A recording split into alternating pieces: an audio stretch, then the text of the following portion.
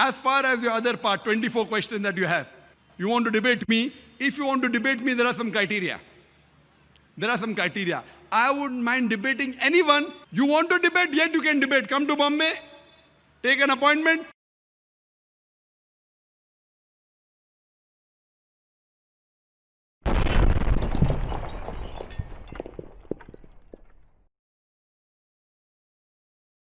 Yes, do we have a non-Muslim brother there?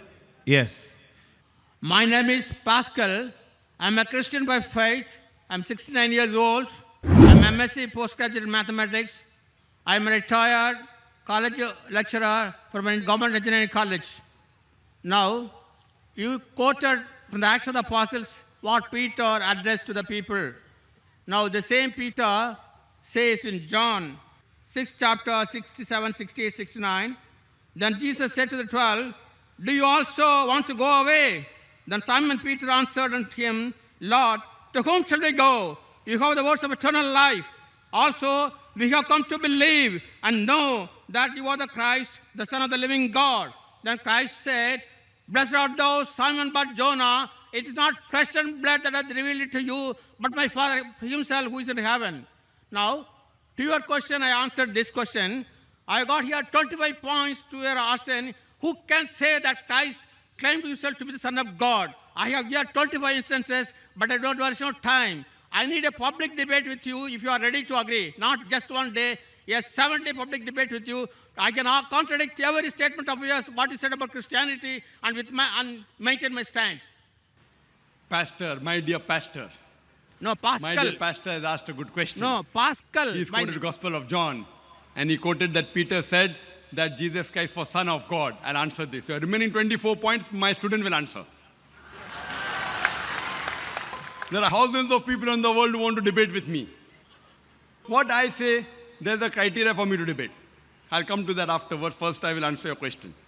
First, I'll answer your question. You quote from Gospel of John that Peter said Jesus Christ was Son of God.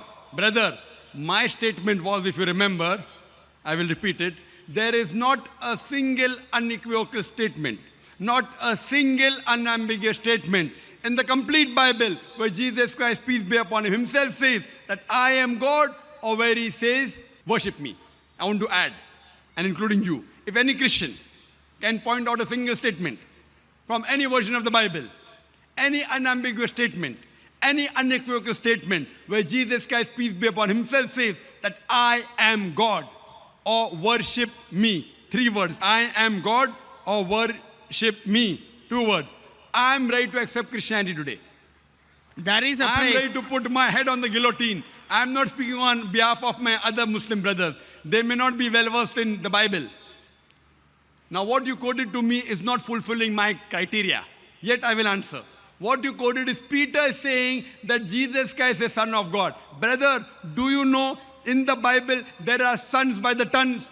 God has got sons by the tons. Adam was son of God. Ephraim was son of God. Israel was son of God. All those who are led by the Spirit of God are sons of God. So son of God is a word used in the Bible, means a person who follows the teachings of God Almighty. If you follow the teachings of God Almighty, according to the Bible, you are also son of God. If I follow the teachings of God, I am son of God. If you read in the Romans, chapter number 8, all those that are led by the Spirit of God are called sons of God. So what is new about it? I will help you.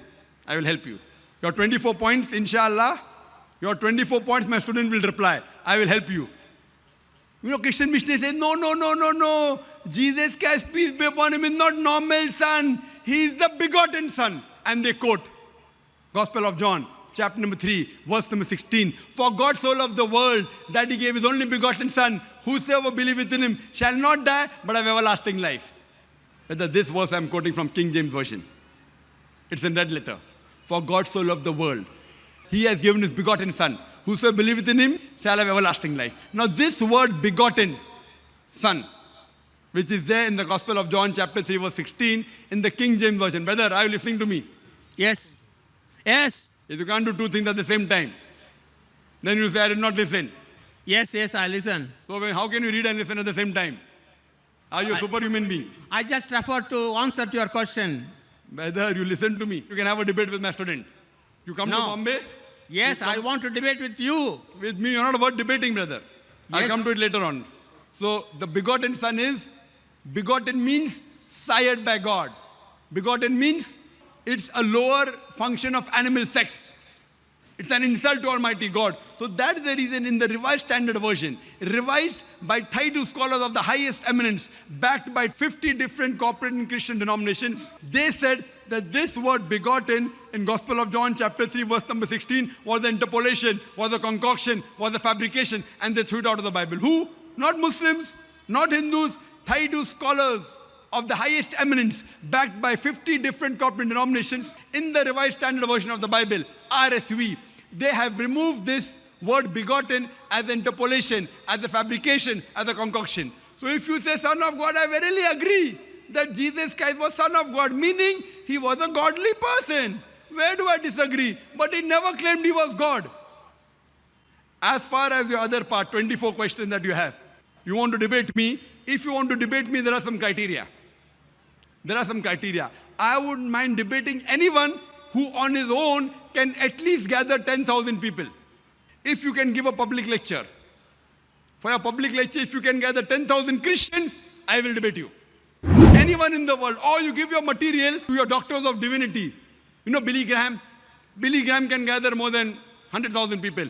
Billy Graham, Morris Cerullo, give these people, who are you? I don't even know you. Why should I waste my time? You want to debate, yet you can debate. Come to Bombay, take an appointment, my student will debate with you and answer all your 24 points. We have many students in the queue, waiting. There are many such people who challenge me. We say, first debate with my student. If anyone wants to debate me, when by God's grace, alhamdulillah, I can gather 100,000 people, 200,000 people, 300,000 people individually for my talk, at least the person debating me should have a stature of getting at least 10,000 people. If you cannot gather 10,000 people, it's a waste of my time. Why should I make you famous? Yet, you can have a debate with my student. Many people are there. You know the students of our school also, inshallah. You are 69 years old, no problem. My young students will debate you. Right? Tell me when you are coming. You can come there, hire the hall, you pay for the thing, fine. If you are someone great, we'll pay for you. If you can't gather 10,000 people, you come there, arrange for a hall, call my student for a debate, we'll have a debate. If you want to tell the date, you can announce now only. Which date are you coming to Bombay, brother? Pastor, which date are you coming to Bombay? Tell me. I have to gather the audience, then I'll tell you. No audience. You coming alone, no problem. When 10,000 people, then you debate with me. First, at least debate with my student. Your gathering audience will take you a lifetime. I don't know how long will you live. So what I want you to do... I want to answer your questions, not my questions, my student will questions, answer. My students are well-versed, Pastor. No. When can you come to Bombay? Most welcome. Give a time. I will arrange my student to debate you. If you cannot debate my student, and you cannot gather 10,000 people, so why should I waste my time? What you can do is ask a question. You asked a question, I gave the reply. Now you can go behind the queue for your next question. Behind the queue. Yes, brother.